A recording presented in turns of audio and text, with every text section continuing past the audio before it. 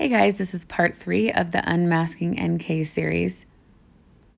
We try to get these done as fast as we can. We spend quite a lot of time on these, like part 2 took about a week to finish just with all the research and then the notes that we take and the voiceovers and editing and the images and all that stuff, and then going back over it a million times. So we just try to make sure that we put out stuff that's worth your time and that's good and accurate and not just throw content at you. So there will be 2 more parts and we will get them done as fast as we can. And again, thank you to everyone who's helped our channel grow so quickly. We really appreciate all the love and support we've been shown. And there will be some points in the video where I veer off from the interview a little bit to connect some things for you, and then we'll come back to it. And this is just our opinion, but the fact that she texted him at 2:06 a.m. and that she's not really giving a ton of information here and still being evasive, this whole interview appears to be more of a fishing expedition for her to just see what they have. So with the last interview of August 16th clearly weighing on her mind, NK texts Agent KOBACK's cell at 2 a.m. after the interview that we just listened to. She tells him that she's remembered more stuff, and they set up a time to talk on the phone so he can get any new information that might be valuable to them. The interview begins via telephone at 10:51 a.m. Mountain Time. At the very beginning of the interview, he asks her how she's feeling. She says she's feeling a little bit better, got a little bit of sleep. He offers to help her get in touch with the victim's advocate at some point. She responds with, "Yes, I'm going to need you to do that once we're done talking." NK says she's remembered some, quote, odds and ends, and she's sure there's going to be more times when she suddenly remembers things and has to call him, and he says that's fine. So what you texted me about 2 a.m. and said that you remembered some other information. What did you remember? Like, just kind of odds and ends. And I'm sure there will be more as this goes on. I interacted with him so much that sometimes, like, I just have to stop and think about how much information that I have gotten from him over the last few months and the last week or so. And, like I said, I never know what's true and what's not anymore. Sure. So I figured I'll just give you guys everything I have. And hopefully I don't have to keep calling you back with more, but no promises. No, that's okay. Please do. In February, when investigators go up to Wisconsin to interview Chris, he tells them that NK did have an eHarmony app. Chris tells investigators that NK told him she had set up some dates on eHarmony but was stood up. This is the part from Discovery from their interview with Chris in February that references that discussion. So this information that Chris gave them is obviously backed up by something that Agent KOBACK saw on August 17th. I bring this up because at this point, Agent KOBACK has read a lot of her texts and must have mentioned to her a text that he saw between her and Charlotte talking about eHarmony. What's really interesting about this part is here Agent KOBACK is clearly reading her text and he's seen something that he's confused about. To him, it seems like she's referencing talking to another man on eHarmony or going on a date with another man on eHarmony. And not only does NK say she can't find the text, she says, "I don't know what you're talking about," and completely denies it existing at all. She finally says something like, "If you find it, let me know," which is an odd response. And he finally gives up and says, "It's not that big of a deal. Let's move on, or let's get past this." However, it obviously is a big deal because when they go up to Wisconsin in February, they ask him about it. So again, remember, this interview is taking place on August 17th. When NK gives investigators her typed out notes of things she remembers on September 4th, she writes that between the dates of July 15th and July 19th, she told Chris that she had been asked out on 2 dates since she'd known him and that she didn't go on either one and was stood up. And this list has always seemed to me a bunch of stuff she put together. I'm sure some of it's true, but a lot of it seems like it's filling in holes and gaps of things that she once denied or left out or said wasn't true. And she knows they're going to find them, or that Chris is going to talk about them, or they're going to be found out in the investigation. So she's kind of filling in blanks and throwing things in to kind of CYA. This is a perfect example of that because we see how she originally denied it and now she throws it in the list with everything else admitting about the dates. There is a bigger picture here. It's just easier to understand if I break it down like this, and there's a reason why I'm digging into this one little seemingly innocuous lie. It's our opinion that she's downplaying it because this was a very integral part of their big relationship fight/talk at Chris and Shanann's house on July 14th. And if you've watched our videos, you know that we've always stated that this day was a tipping point for Chris. So on July 14th, she came over to their house. She walked through their house and was assessing all of their nice stuff, as we know from part 2 in her own words. We know from Discovery that she freaked out and stormed out of the house and sat in their driveway, texting Chris for 30 minutes back and forth, and he was able to calm her down. And they allegedly laid on the couch together, and he held her, and they discussed the future of their relationship. And he talks about that in the book and how it turned him on. He was able to talk her down off a ledge. She also talks about it in her interviews, how she thought it was so awesome that Chris was a guy who would talk things out, and she had never been with a guy who was willing to do that before. So it makes some other things that were said in Discovery make sense. So it looks like this is the point where she drops it on him that she's set up a couple dates a few weeks ago on her eHarmony app, and they stood her up. She knows that's going to upset him and make him jealous and insecure and knock him off balance, and that is exactly what she wanted to do. And then it's in Discovery that later that night, they go back to her place and they try to have sex, and he cannot physically perform. She asks him what's wrong, and he's played right into it, obviously like the way she wanted, and he says he's upset over that information that she had set up the dates. And what's really interesting is that both Chris and NK separately in their interviews mark this day and this fight as a turning point in their sex life. Their sex diminished after this, allegedly, and apparently there was just a shift in their relationship. And Chris says himself that it was around this time that he started actively planning the murders.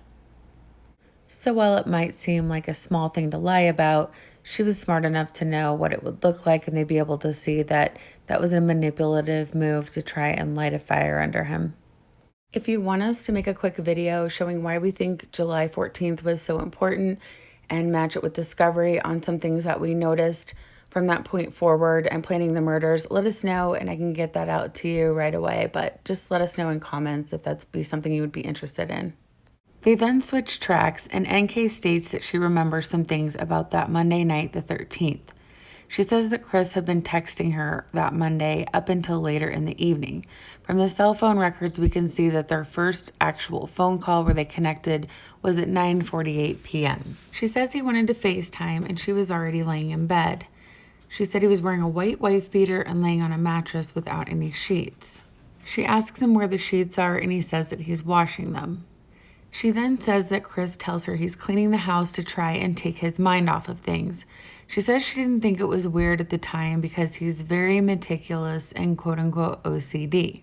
Another thing that caught my attention right away and doesn't really make sense is, okay, so if we're back on her narrative that she almost tripped up on earlier in this interview about the 6 weeks, and then she catches herself all the time. She's talking to the detective about how Chris is always cleaning and he vacuums his house, and then if it's just been vacuumed, he'll go back and vacuum a couple days later or whatever. He's constantly, that he did the basement, he organized the totes in the basement. And to me, I'm thinking, how does she know his cleaning schedule? How does she know he did the totes in the basement? How does she know that when he vacuums his house? How does she know how much she has known this guy for 6 weeks, allegedly? So NK mentions the comment that Chris makes telling her that he had to wash the girls' sheets because they smelled. She doesn't talk about the context of it or how it came up, but just lets him know that she just remembered that comment and that she had begun to wonder why the girls' sheets would smell when they keep the house so clean. He specifically asks her if she followed up on that statement with him, and she says no, as if it wasn't that big of a deal at the time, but now she's thinking about it. I'm not sure how she wouldn't think that's an odd thing, being that she says everything is always so clean and the cops had just been there that day, concerned about his family missing. Agent KOBACK asks her what time that this was, and she says that she can't remember and that she just really wishes they would show her phone records so she could help them put this all together. Despite her request to be able to look at the records they have, Agent KOBACK begins reading them off to her. And as usual, the fight for control of the conversation continues between NK and Agent KOBACK. show me my phone So records. I'm gonna read off your phone calls for Monday and Tuesday, starting. No, it's on Monday. Okay, just so tell me on Monday night. Monday night, you guys had. We talked about a phone call yesterday, but you guys had a phone call Monday night. It looks like he called you. It was 48 minutes and 57 seconds. It was at 9:48 p.m. that he called you. So that would take us to about 10:35. And then there's another call on Monday. It's for 51 minutes and 25 seconds, it looks like. I'm not sure, looking at this, who called who, but it looks like you called him. And that was at 11:09 p.m. That lasted 51 minutes. So that takes us to midnight. And then there's another phone call where he calls you. So we're now into midnight, Tuesday morning. It's a 30-minute phone call that lasts until 12:38 a.m. And then after 12:38 a.m., there's a 2-minute and 44-second phone call that that starts at 1:12 a.m. It's 2 minutes and 44 seconds. So I would almost, this is just me, but I would go get my text messages with him from that night, and I would sync them up to that time frame, because there was texting in between that. So I think what happened is he called me on that first call, and then there's that gap between the first call and the second call. In that gap, that was when we FaceTimed for a few minutes, and that was when I got up out of bed because I was just having trouble sleeping, and I went and did laundry. That's what I did. I went I just put some clothes in the dryer, and then I think I called him back, and then we continued to talk. So that little gap right there between those two big phone calls at the very beginning of the night, yes. I mean, not the very beginning of the night, but the big ones at the first two. So in between that gap, there's a quick FaceTime. So you think that 2-minute and 44-second is the FaceTime? The one at the very end? Yeah. Well, so No, there's I don't even think the FaceTime's on there. Okay, because the FaceTime occurred in between those two big phone calls. That Okay.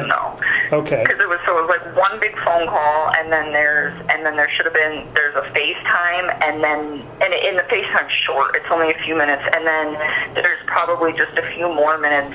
That's probably. There's a few more calls on Tuesday. So 1:12 is the 2-minute and 44-second call. That lasts till approximately 1:14, and then there's a long gap until 1:50. So another 45 or 35 minutes, and then there's a 7-minute phone call. That phone call lasts till 1:58 a.m., and then there's a 10-second phone call at 2:07 a.m., followed by.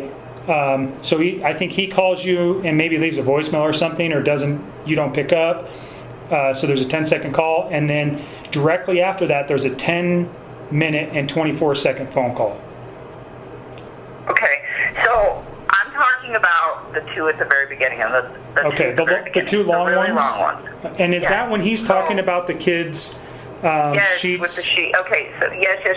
I will help you line this up. I almost want to just come in there and drop and drag all of my texts to where they were going. And you know what? We may meet and do that here coming early next week. Yeah, well, all those phone calls at the very end of the night, that was me freaking out. If you look at my text, a lot of that was I can't sleep, I'm really scared, where's your family? That was me freaking out, and him calling to try to reassure me, or me calling him please talk to me, I'm super scared, where's your family? Those little ones at the very end of the night are me not being able to sleep and trying to get him to talk to me about and just, I guess, making sure everything was okay. He then switches topics and tries to confirm with her that their discussions on August 14th were about Shanann being pregnant for the most part. And right here, it really feels like she's trying to, again, kind of cut him off, maybe not comfortable with the topic, and kind of to redirect conversation again. And he's getting audibly frustrated from what it sounds like, and she changes the topic to being confused about, calling certain calls Monday calls versus Tuesday calls, because a lot of them happened between 12 a.m. and 2 a.m. But in her mind, even though that's technically Tuesday, it's Monday. And that's the tangent she's going down. And he's getting frustrated and kind of trying to cut in and get back to the topic. And she's just off and running again. He then jumps back to ask her about Sunday's, 111-minute phone call. And he says, "Did you talk to Chris late Sunday night?" And her response is no. And she kind of trails off, and he pounds his hand on the table. You can hear it in the background. And he says, "That was the 9 to 11 call we talked about yesterday." And she says, "Oh, well, yeah, we talked for a while, but then I had to go to sleep and get up for work." And it's just, you can tell he's kind of had it with trying to get her to answer a yes or no question and stay on the topic.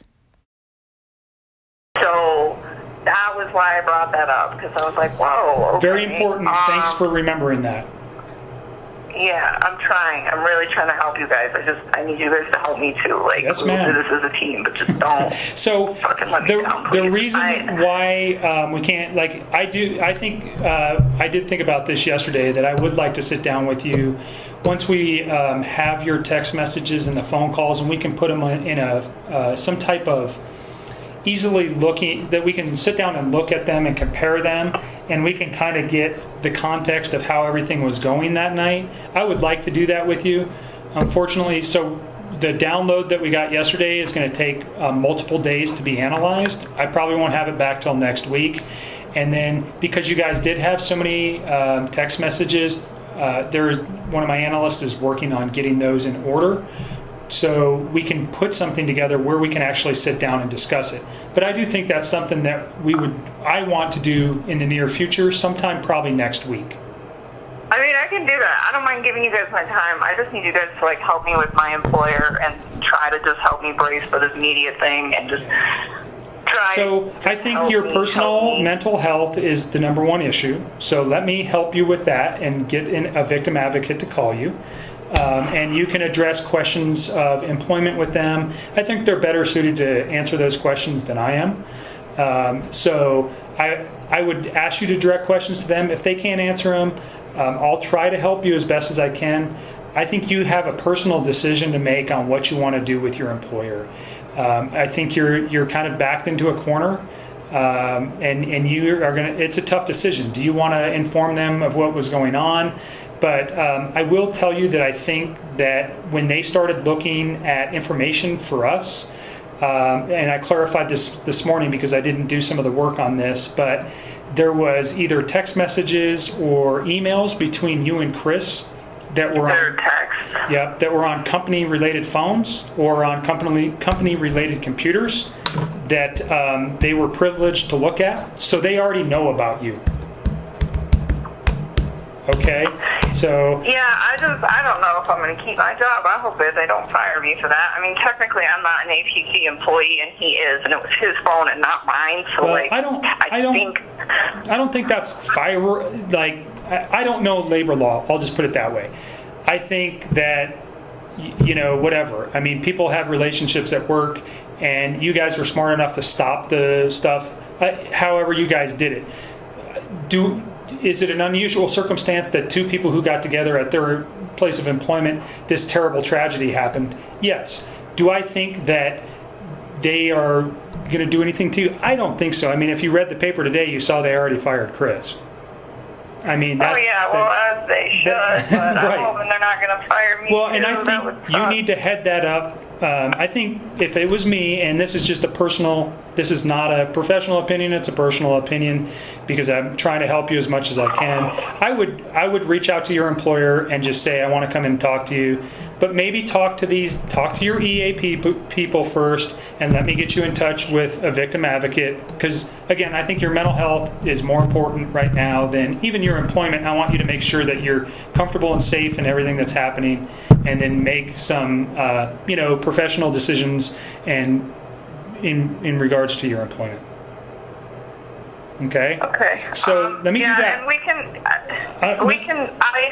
Go ahead. No, I have a couple more questions that don't relate to anything that we just talked about. Is there anything else that you remembered last night that you want to address? Yeah, a few. So I'm not done yet. Okay. And then And then we can talk about that whole thing too, because I was actually going to see if I could email them today. I was going to email my upper boss, and I was actually going to call her and see and just ask her if she can have. She's Anadarko rep. See if she can have a scheduled sit down with my employer Tasman and schedule sit down with EAP. And I want to get in a room with them all at the same time and just give them kind of a brief synopsis of what's going on and just ask them for help and see what they have to say. Yeah. But I was going to.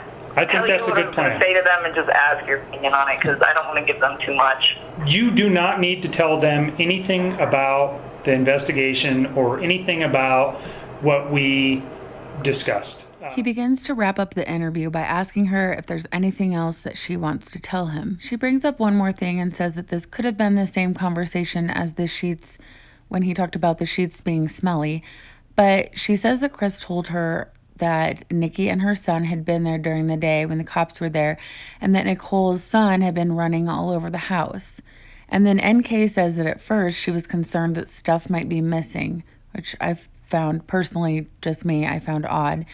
And then she goes on to say that she figured maybe Nicole Atkinson's son was getting belongings because Shanann was staying there. And she further explains this by saying that she thought that on Monday night, and this is a quote, this girl had just left for the night. And I found this part interesting because it's in the same interview, she's contradicted herself again, and it doesn't fit what she told him earlier about when they were going through all those phone calls, and she said that she was really scared and needed Chris to comfort her, and that's why she was calling and texting him so much, because then she just said that she was of the thought process on Monday that she had just left and was staying with a friend. Agent KOBACK asks NK to write down all of the things that she wants to tell him, and that way when they talk on the phone or they meet soon, she'll be able to just go through them point by point. And like the other ones, the interview kind of abruptly cuts off, and right after she talks about the FaceTime again and how just he was laying on the mattress with no sheets, and that he was really quiet and distant, which is the reason that she let him go and went and did some laundry. So that is part 3. Let us know what you think in the comments.